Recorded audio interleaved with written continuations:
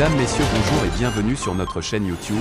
Ici nous vous donnons la clé, alors si vous êtes nouveau, abonnez-vous et cliquez sur la cloche de notification pour ne plus rien manquer. Cela fait, on peut commencer.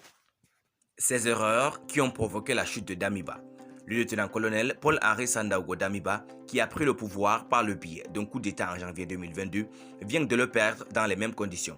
Le mouvement patriotique pour la restauration et la sauvegarde dont il était le leader s'est finalement retourné contre lui pour l'éjecter de la tête du pays.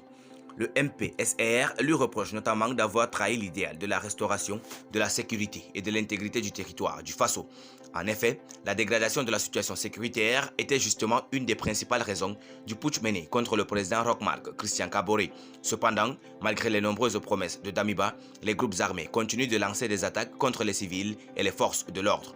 Des centaines de civils et de militaires sont morts suite aux attaques terroristes et plusieurs épisodes meurtriers ont marqué les esprits burkinabés. En juin, 86 civils au moins avaient été exécutés lors du massacre de Seitenga, 4 jours avant le putsch. Une nouvelle attaque avait défrayé la chronique. Un convoi de ravitaillement en direction de Djibo, une ville sous blocus depuis février, a été pris dans une embuscade. 27 militaires ont perdu la vie et une cinquantaine de civils sont portés disparus. Les hommes du capitaine Ibrahim Traoré reprochent également à Damiba de nourrir des ambitions politiques et de reléguer les questions sécuritaires au second plan au profit d'aventures politiques malheureuses. Ces derniers mois, les rumeurs faisant état de tensions et de divergences au sein de l'organe militaire au sujet de certaines décisions se faisaient insistantes. Des tensions entre chefs des structures militaires sont par exemple apparues dans la conduite des opérations de lutte.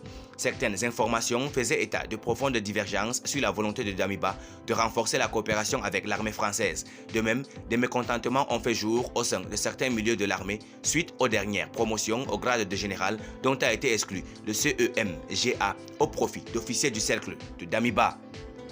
Paul-Henri Sandaogo Damiba a aussi cru rester au pouvoir en faisant le bon élève de la communauté internationale en dépit de la volonté profonde de rupture de son peuple.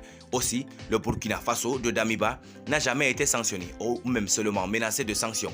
Au fil des mois, la clémence de la CEDEAO a fini par interroger, tout comme la visite à Ouagadougou de Jean-Philippe Roland, chef d'état-major particulier d'Emmanuel Macron, mi-septembre. Les récents voyages de Paul-Henri Sandaogo Damiba à Niamey et à Abidjan auprès des interlocuteurs privilégiés de la France en Afrique de l'Ouest ont fait le reste. Pour Emmanuel Dupuy, le président de l'Institut Prospective et Sécurité en Europe, IPSE, le destin de Damiba s'est sans doute joué lorsqu'il s'est rendu en Côte d'Ivoire et au Niger pour rencontrer les présidents Alassane Ouattara et Mohamed Bazoum qui sont perçus de façon certainement excessive comme étant inféodés à Paris sur fond de francophobie chauffée à blanc. Ensuite, le colonel Damiba n'a pas montré une détermination à toute épreuve dans sa lutte contre le terrorisme. L'une des plus grandes erreurs de Damiba a été de se préoccuper davantage des questions politiciennes que des problèmes d'insécurité, en orchestrant le retour de l'ex-président exilé en Côte d'Ivoire, Blaise Compaoré, en juillet, 3 mois après qu'il a été condamné par la justice pour son implication dans l'assassinat de Thomas Sankara. Le régime de Damiba s'est inscrit dans une logique de réconciliation au forceps qui a fini par diviser les politiques et les citoyens.